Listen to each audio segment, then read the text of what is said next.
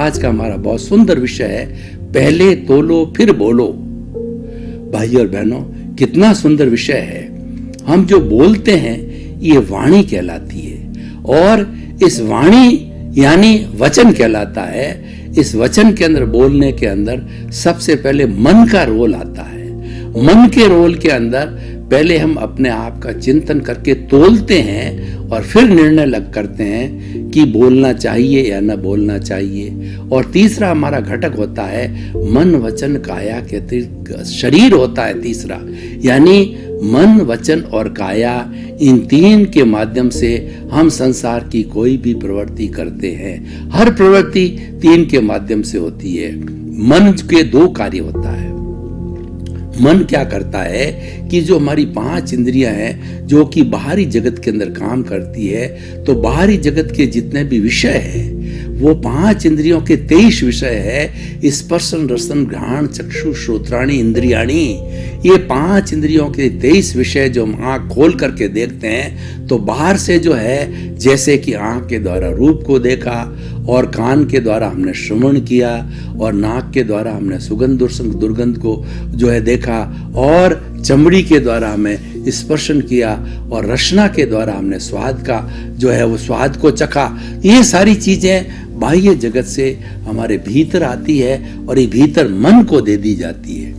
मन जो है एक पोस्टमैन का काम करता है, पोस्ट ऑफिस का काम करता है, कि मन जो है ये इंद्रियों के जितने भी लक्षण आ रहे हैं, इंद्रियों के जितने विषय आ रहे हैं, वो बुद्धि को सौंप देता है। अब हमारी बुद्धि होती है वो 2 तरह की होती है, सुबुद्धि होती है और कुबुद्धि होती है। अगर व्यक्ति के सुबुद्धि काम कर रही होती है तो उस पर सही निर्णय करती है, और कुबुद्धि होती है तो उनका ऊपर जो दुरुपयोग करती है। तो ये सारा इंद्रियों से जो आया है वह हमारे जो मन से होकर के और बुद्धि तक जाता है।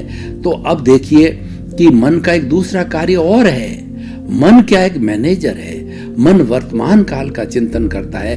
मन की परिभाषा क्या है कि मन से पहले और मन के बाद मन नहीं होता, केवल मनन के समय ही मन होता है, यानी पैदा किया जाता है मन। जब हम सोचते हैं तभी मन पैदा होता है, ना तो उसके पहले होता है ना बाद में होता है। तो ये मन की जो है परिभाषा है, यानी ये जो हमारा वर्तमान का चिंतन करना, और ये कभी भी भूतकाल में चला जाता है तो स्मृति करता है, और भविष्य में चला जाता है तो कल्पना करता है। और हमारा पूरा जीवन जो है भूत भविष्य और वर्तमान को अखंड जीने से ही हमारा पूरा जीवन चलता है, क्योंकि वर्तमान में रहना चाहिए, अच्छी बात है, और इसको भावक क्रिया करते हैं। बहुत बड़ी साधना, ये मुक्ति की साधना है।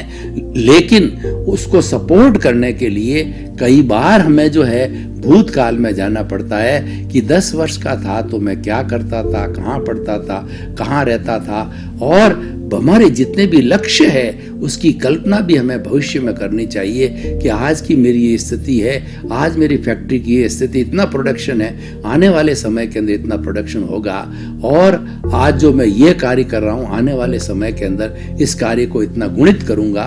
तो भविष्य में भी जाना पड़ता है, लेकिन भूत और भविष्य पर अतिरिक्त समय नहीं लगाना चाहिए, क्योंकि yesterday has gone away, tomorrow never exists, the moment of the present is with us to do something।